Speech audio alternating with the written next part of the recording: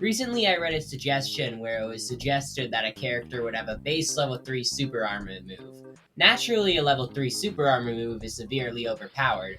However, after talking to them about it, I sort of did leave with the conclusion that super armor is sort of becoming mundane. Before I talk about why I think super armor is mundane, let's quickly go over what super armor is. Super armor is essentially like iframes. However, you can remove the part where you don't take damage. Essentially, if the target hits you while you have super armor on, you'll take damage, but your move won't be cancelled. Take Special Hell for example. Without super armor, a single Justice pellet would disarm Special Hell. However, because it has super armor, that pellet won't cancel the move.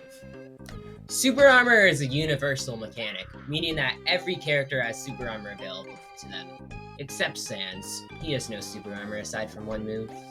Naturally, super armor is severely overpowered though, so to combat this, certain moves and characters' kits have super armor breakers. But to combat super armor breakers roaming free, only certain moves have them, and now there is levels to it. Essentially, super armor level 1 is the first level. Any moves that break level 1 super armor or above will break the super armor on your move, canceling it.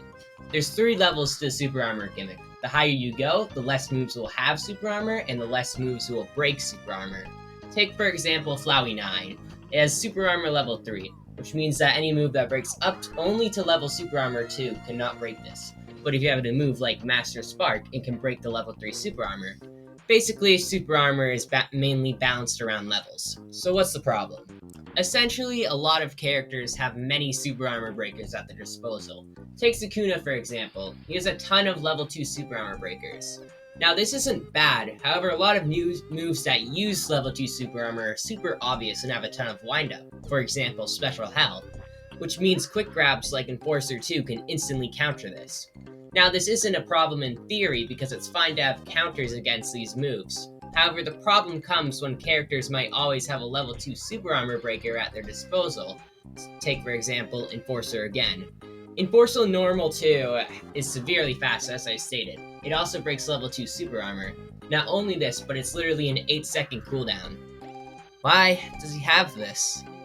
As I was saying though, due to the extremely low cooldown, Enforcer can essentially throw this out reactionary to any sort of large wind-up move that has level 2 super armor. Not to also mention that this is one of the best combo starters he has, but that's kind of irrelevant to this point. A lot of characters have this problem that Enforcer shares, which is the fact that they have super armor breakers on the go. For example, Sukuna's Air 2, which has a short cooldown and breaks up to level 2 super armor. He also has Cleave, which pretty much only works whilst predicting or using it against a super obvious wind-up move. Or Dark Lord, where he has Normal 2. This breaks level 2 super armor, and it has an extremely short cooldown like Enforcer. Dark Lord also has like 3 other level 2 super armor breakers, which I'll put on the screen right now.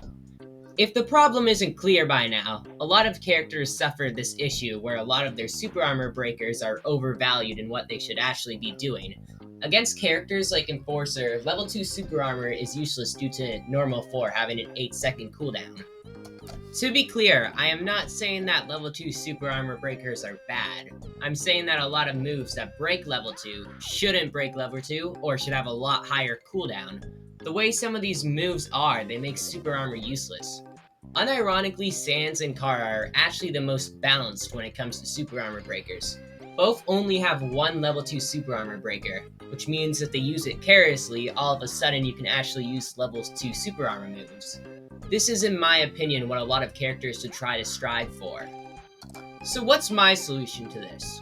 The easiest solution, in my opinion, is to do a massive overhaul on what moves give super armor and what moves break super armor. For example, Dark Lord 2 Bandit and Air 6 would only break level 1 super armor. This leaves them with only one level 2 super armor breaker, so if they waste it, you can actually get to use those level 2 super armor moves. You can also readjust moves that shouldn't have level 2 super armor to not give that level type of super armor, perhaps just downgrading them to level 1. Overall, some sort of readjustment in super armor breakers and moves that give super armor is necessary to fix this problem. Otherwise, as it stands right now, super armor is not really viable due to the amount of super armor breakers certain characters have, especially if your move is reactable and slow. Also, nerf Enforcers 2 to like 20 seconds. He should not have a grab move at all times that breaks level 2 super armor. It's also literally his main character's starter combo too. Like, comment, subscribe. Also, kind of pacifist.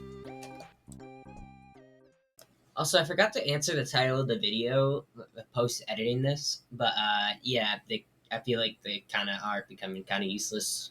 Can we stop having like, so many moves? I'm not writing this with a script or anything, but I'm just adding this because I feel like it. But like, let me see. For example, like I'm looking at the Enforcer moveset. He breaks level 1 super armor on his R&B air. What else? He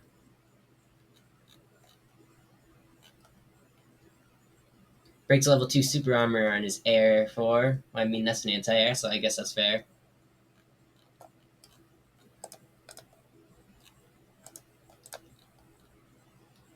I mean, he kind of breaks level 2 super armor on his ranged 1, but I mean, you kind of have to let him get that. And his air 3 also breaks level 2 super armor. Also, I forgot to say, I just checked the cooldowns. It's 10 seconds, not 8 seconds.